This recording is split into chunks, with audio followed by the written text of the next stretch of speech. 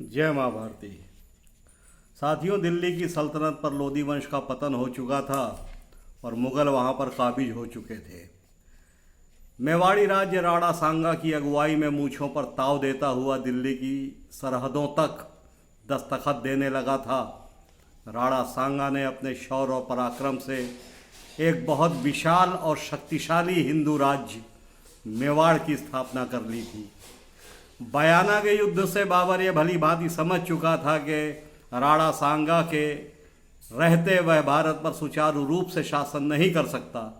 अपनी आत्मकथा में बाबर ने राणा सांगा की स्पष्ट शब्दों में प्रशंसा की है और साथ ही उस दौर के एक और शक्तिशाली हिंदू राज्य विजयनगर साम्राज्य की भी खुलकर तारीफ की है।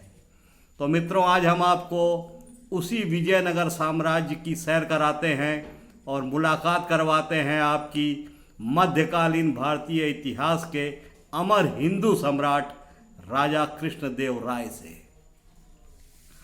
तुंगभद्रा नदी के उत्तरी किनारे पर स्थित विजयनगर अपने समय का सबसे संपन्न और शक्तिशाली हिंदू राज्य था। यहाँ का शासक था राजा कृष्णदेव राय, जिसका जन्म 17 जनवरी 1471 को हम्पी में हुआ था, जो कि आज कर्नाटक का हिस्सा है। इनके पिता का नाम थुलवा रसा नायक और माता का नाम नागला देवी था। विजयनगर साम्राज्य की स्थापना इतिहास की एक कालजयी घटना है। सन 1350 ईस्वी से लेकर 1565 तक विजयनगर साम्राज्य सूर्य की तरह चमकता रहा। 1509 ईस्वी में कृष्णदेव राय ने सत्ता संभाली और 1529 ईस्वी तक इस शक्तिशाली हिंदू राजा ने विजयनगर साम्राज्य पर शासन किया और इसके शासनकाल में विजयनगर साम्राज्य का हर क्षेत्र में भरपूर विकास और विस्तार हुआ। इनकी राजधानी हम्पी थी। यह उस दौर के सबसे आधुनिक और विकसित शहरों में माना जाता था। यशस्वी सम्राट कृष्णदेव राय की ख्याति महाराज पोरस, चंद्रगुप्त मौर्य, पुष्यमित्र शुंग, चंद्रगुप्त विक्रमादित्य, समुद्रगुप्त और हर्षवर्धन से कम नहीं थी। राजा कृष्णदेव राय और उसके पूर्वजों ने अपनी मातृभूमि के लिए अपना सर्वस्व न्यौछावर कर दिया। कृष्णदेव राय के दरबार में नवरत्न भी थे। वे तेलुगु भाषा के बहुत बड़े विद्वान थे। उन्होंने तेलुगु में अमुक्त माल्यद की रचना की, जो कि तेलुगु भाषा के 5 महाकाव्यों में से एक है। उन्होंने संस्कृत भाषा में भी कई रचनाएं की। इन नवरत्नों में से एक तेनाली राम भी था, जिसका के वास्तविक नाम रामलिंगम था। वह बहुत ही विद्वान और तीक्ष्ण बुद्धि का मालिक था। उसकी सलाह और बुद्धिमता के कारण विजयनगर साम्राज्य हमेशा ही आक्रमणकारियों से सुरक्षित रहा और साथ ही राज्य में कला और संस्कृति को भी काफी बढ़ावा मिला। वह विजयनगर साम्राज्य का चाणक्य था। कृष्णदेव राय को आंध्र भोज, अभिनव भोज और आंध्र पितामह की उपाधि से सुशोभित किया गया। इनका साम्राज्य अरब सागर से लेकर बंगाल की खाड़ी तक फैला हुआ था, जिनमें कर्नाटक, तमिलनाडु, आंध्र प्रदेश, केरल, गोवा और उड़ीसा प्रदेश आते थे। इनके राज्य की सीमाएं पूर्व में विशाखापट्टनम, पश्चिम में कोंकण और दक्षिण में भारतीय प्रायद्वीप के अंतिम छोर तक पहुंच चुकी थी। हिंद महासागर के कुछ द्वीप भी इनकी अधीनता स्वीकार करते थे। इनके राज्य की राजधानी हम्पी थी। एक तरफ कलकल बहती हुई तुंगभद्रा नदी और दूसरी तरफ ग्रेनाइट पत्थरों से बनी प्रकृति की अद्भुत रचना देखते ही बनती थी। कृष्णदेव राय के पास हाथियों और घोड़ों की एक विशाल और सुसज्जित सेना थी। लगातार विजयों के साथ वह लोक कथाओं के नायक बन चुके थे। वह अजय योद्धा और युद्ध कला में काफी निपुण थे। इस काल में विजयनगर के पूर्व में वारंगला के ककातिया, मध्य दक्षिण पठार के होयसला, देवागिरी के यादव और दक्षिण के पांड्या जैसे 4 राजघराने थे, जो कि आपस में ही शक्ति प्रदर्शन करके लड़ते रहते थे। इनको भी कृष्णदेव राय ने बहुत ही बहादुरी और बहुत ही बुद्धि बल का प्रयोग करके अपने साम्राज्य में मिला लिया था। उनका सबसे उल्लेखनीय युद्ध बीजापुर, अहमदनगर और गोलकुंडा के सुल्तानों की संयुक्त सेना के साथ हुआ। उन्होंने 14 युद्धों का सामना किया और सभी युद्धों में विजयी रहे। बहमनी साम्राज्य के मुस्लिम विजयनगर साम्राज्य को समाप्त करने के लिए लगातार आक्रमण करते रहते थे, परंतु कृष्णदेव राय हमेशा इन आक्रमणों का जवाब देने के लिए तैयार रहते थे और उन्होंने हमेशा इन आक्रमणों का जवाब दिया तथा हर चुनौती का डटकर सामना किया। दक्षिण की विजय में शिव समुद्रम के युद्ध में कावेरी नदी के प्रवाह को परिवर्तित करके उन्होंने अभूतपूर्व कौशल का परिचय दिया और अजय कहे जाने वाले जलदुर्ग को भी जीत लिया।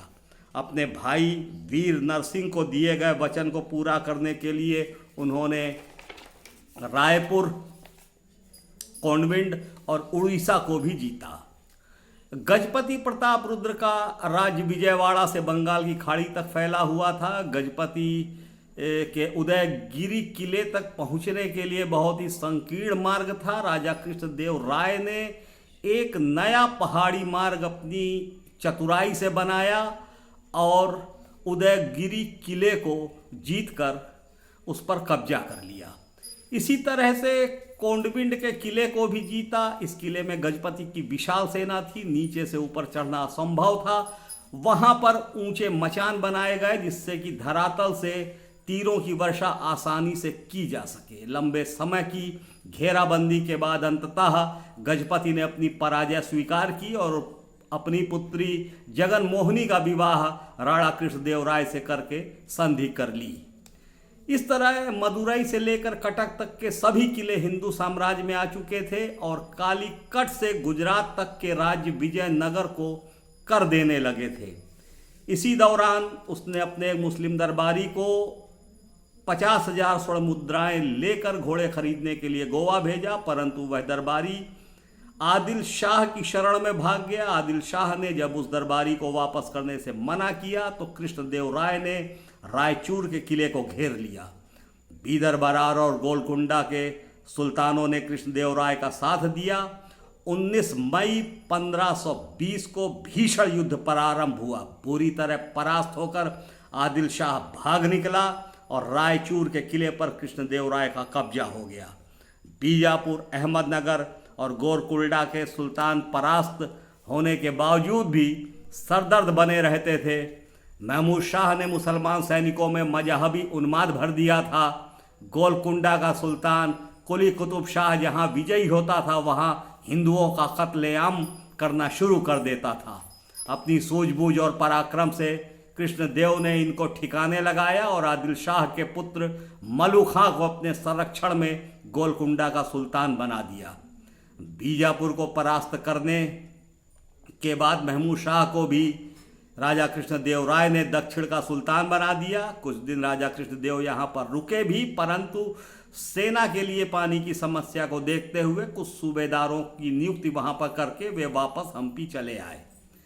महमूद शाह से निश्चिंत होकर राजा कृष्णदेव राय ने उड़ीसा के राजा को मित्र बनाया और उड़ीसा को भी अपने प्रभाव में ले लिया। मुस्लिम सुल्तानों को बुरी तरह परास्त करने के बाद भी कृष्णदेव राय ने इनके साथ उदारता दिखाई, परंतु इन मजहबी मुसलमानों को यह उदारता रास न आई।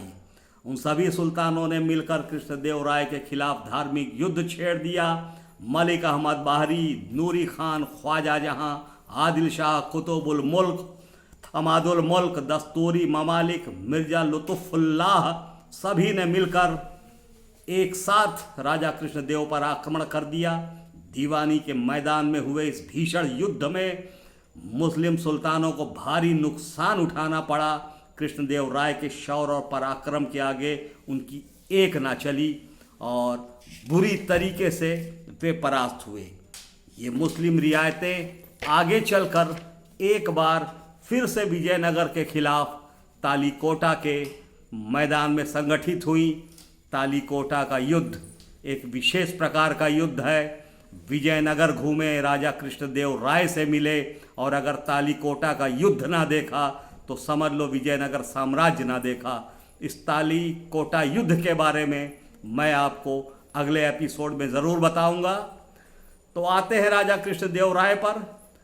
राजा कृष्णदेव राय ने अपने पुत्र तिरुमल राय को राजगद्दी दे दी और उसे प्रशिक्षित करना शुरू कर दिया, परंतु एक षड्यंत्र के तहत तिरुमल राय की हत्या कर दी गई। इसी दुख में दुखी होकर 17 अक्टूबर 1529 में हम्पी में राजा कृष्णदेव राय की मृत्यु हो गई।